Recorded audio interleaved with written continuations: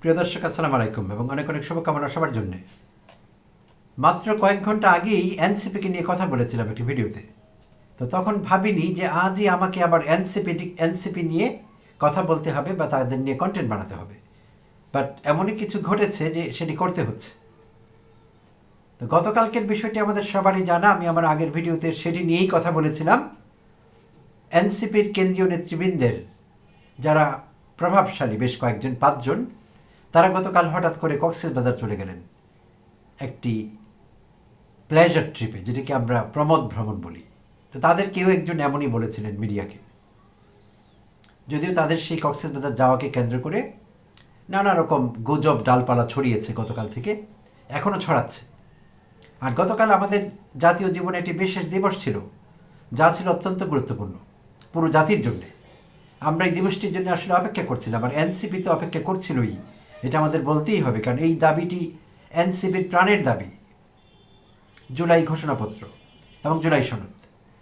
তো সেইটি গতকাল ঘোষণা করা হয়েছিল সংসদ ভবনের দক্ষিণ প্লাজা থেকে। অন্তর্বর্তীকালীন সরকারের প্রধান উপদেষ্টা অধ্যাপক ডক্টর মোহাম্মদ ইউনূস সেটি ঘোষণা করলেন গত রাতে, এবং কোটি কোটি মানুষ, আমরা কোটি কোটি বাংলাদেশি দেশে বিদেশে আমরা নানা মাধ্যমে সেই অনুষ্ঠানটি প্রত্যক্ষ করেছি।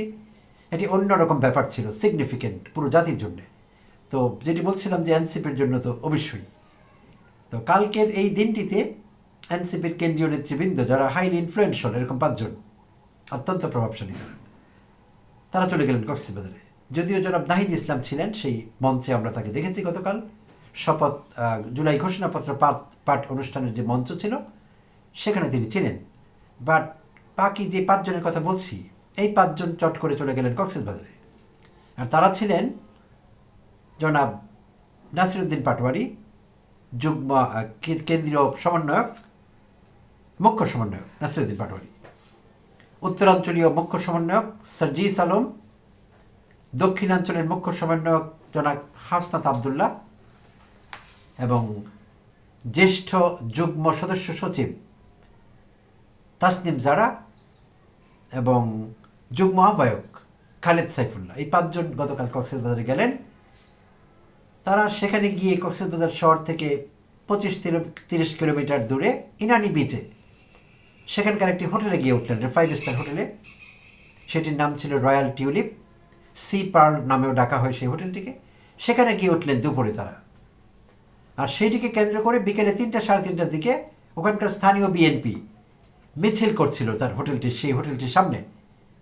আর তাদের মিছিল করবার কারণ ছিল, এটি একটি প্রতিবাদ মিছিল, যে বিএনপির স্থানীয় পর্যায়ের নেতাকর্মীর ধারণা হয়েছিল যে সেই হোটেলে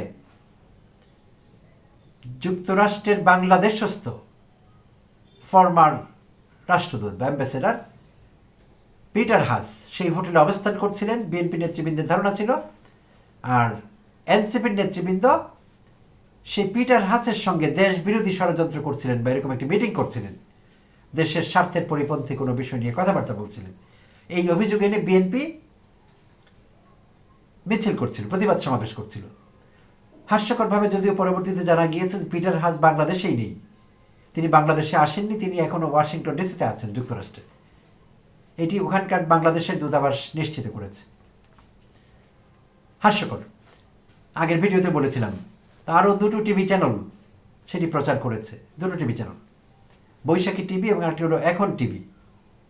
তারাও খুব হই হুল্লোড় করে প্রচার করেছে। আরেকজন আমাকে কমেন্টে জানালেন যে কানাডা থেকে যেই চ্যানেলটি প্রচারিত হয়, টিভি স্টেশন, একটি স্টেশন বলা ঠিক হবে না, চ্যানেল, নাজমুস সাকিব নাগরিক টিভি, সেখান থেকেও নাকি ধুমধাম সহ বলা হয়েছে, যে ধুমধাম করে বলা হয়েছে যে সেখানে পিটার হাসের সঙ্গে কেন বৈঠক হচ্ছে, সেই বৈঠকের তাৎপর্য কী, এটি কোনো বিশেষ কিছু কি না, এরকম প্রশ্ন তোলা হয়েছে।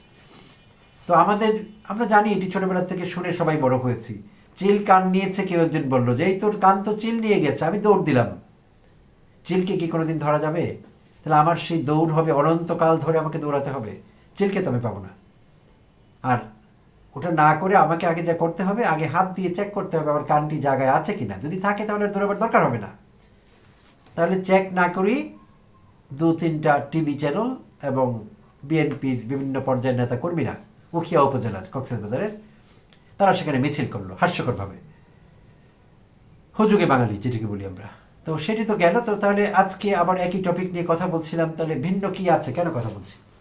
আজই বিভিন্ন পত্রিকা জানালো যে এনসিপি বা জাতীয় নাগরিক পার্টি কেন্দ্রীয়ভাবে এই 5 নেতাকে, যারা বলতে গেলে দলের লাইফলাইন, হাইলি ইনফ্লুয়েন্সিয়াল, অত্যন্ত প্রভাবশালী, এই 5 জনকে কেন্দ্রীয়ভাবে জনাব নাহিদ ইসলাম এবং সদস্য সচিব আক্তার হোসেনের পক্ষ থেকে শো কজ নোটিশ ইস্যু করা হয়েছে, কারণ দর্শাও নোটিশ জারি করা হয়েছে তাদের উপর। আর নোটিশটি জনাব নাহিদ ইসলাম এবং আক্তার হোসেনের পক্ষ থেকে ইস্যু করা হয়েছে, আর সার্ভ করেছেন যুগ্ম সদস্য সচিব দফতর বা অফিস সালেউদ্দিন সেফাত, তার স্বাক্ষরিত এই কারণ দর্শাও নোটিশগুলো। বক্তব্য প্রত্যেকটি নোটিশে এক, কিন্তু ইন্ডিভিজুয়ালি সার্ভ করা হয়েছে, এটি নিয়ম। তো সেখানে প্রশ্ন রাখা হয়েছে যে কেন কোনো আলোচনা ছাড়া দলের রাজনৈতিক পর্ষদকে জানানো হয়নি।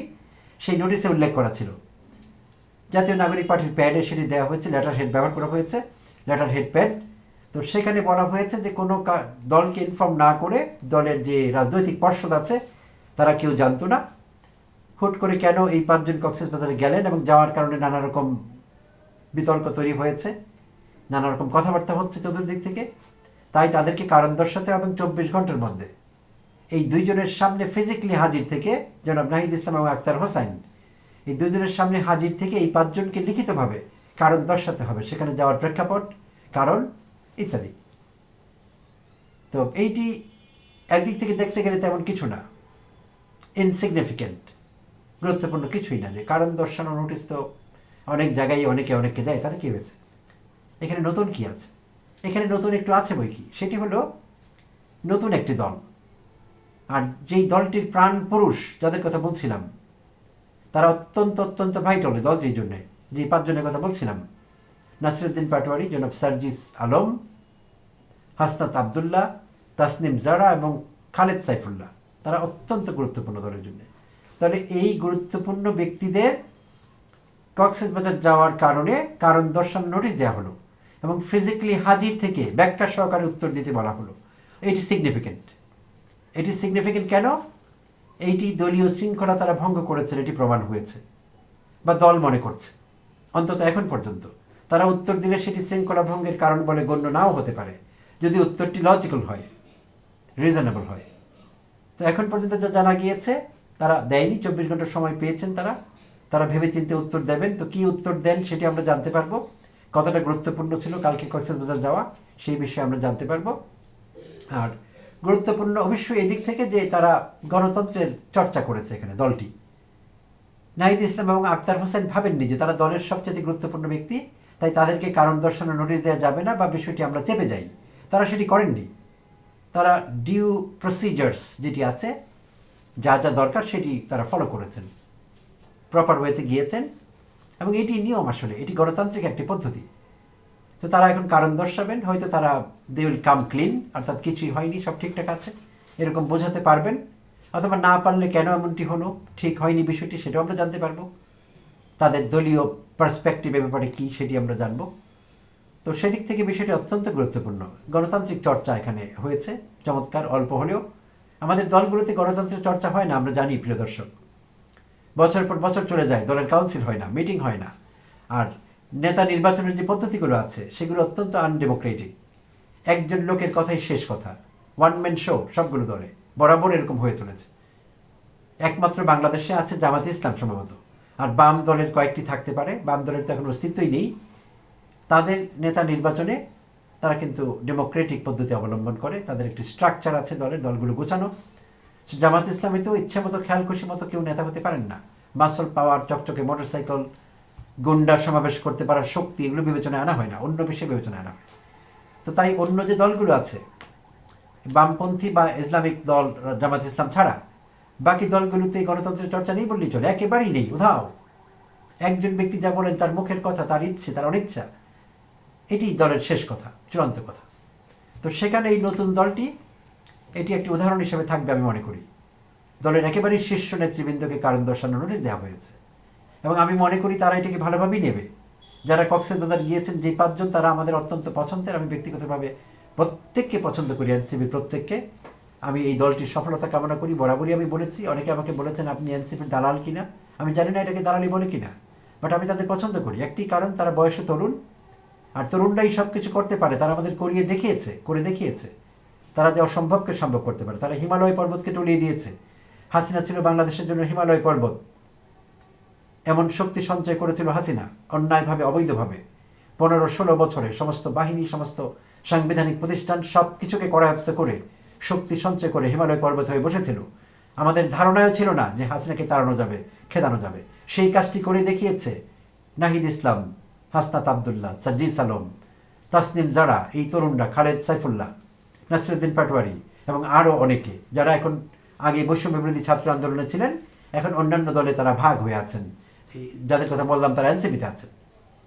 তো তারা আমাদের দেখিয়ে দিয়েছেন তারা কি করতে পারেন, এবং তারা জীবনের পরোয়া করেন না, এটা করতে গিয়ে করেননি।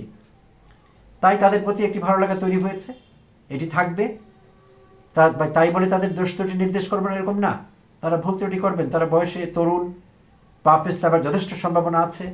হুট করে কিছু করতেও তাদের ইচ্ছে করবে, করা যাবে না, কারণ তারা এখন দায়িত্বশীল জায়গায় আছেন, তারা এখন রাজনৈতিক দলের নেতৃবৃন্দ। তাই তাদেরকে অত্যন্ত সতর্কভাবে পা ফেলতে হবে এবং সব বিষয়ে ভেবে চিন্তে সিদ্ধান্ত নিতে হবে।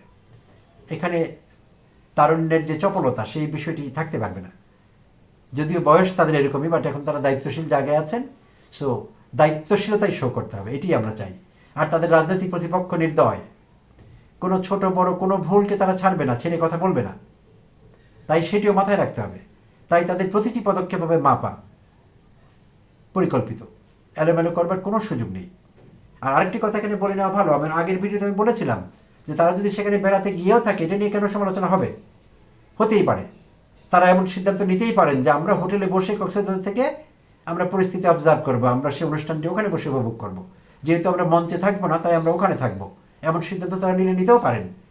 বাট এখানে একটি কথা আছে, কারণ যেটি বলছিলাম যে তাদের রাজনৈতিক প্রতিপক্ষ অত্যন্ত নির্দয়ভাবে তাদেরকে সমালোচনা করা হচ্ছে যে তাদের দেশের প্রতি কোনো মমত্ববোধ নেই, তাদের কালকের ঘোষণাপত্রের প্রতি কোনো আগ্রহ নেই, এরকম একটি বয়ান তৈরি করা হয়েছে। সো তাই তাদের সেখানে যাওয়ার ব্যাপারটি বিতর্কিত হয়েছে মোদ্দা কথায় বলতে গেলে। তবে তাদের সেখানে যাওয়াটি ইলিগল না, এটি ইলিগল কোনো কাজ না, বাট ইথিক্যাল একটি ইস্যু এখানে আছে, নৈতিক একটি ব্যাপার আছে। তো তাদেরকে সম্ভবত কাল ঢাকায় থাকলেই ভালো হতো, তারা ভালো করতেন। তবে বেআইনি কোনো কাজ তারা করেননি, কাজটা কিঞ্চিত আনএথিক্যাল হয়েছে, সেটাই বলবো আর কি।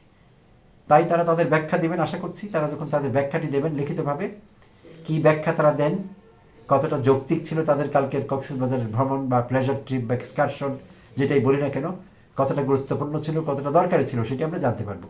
আর তাতে করে হয়তো অনেক বিতর্কের অবসান হবে।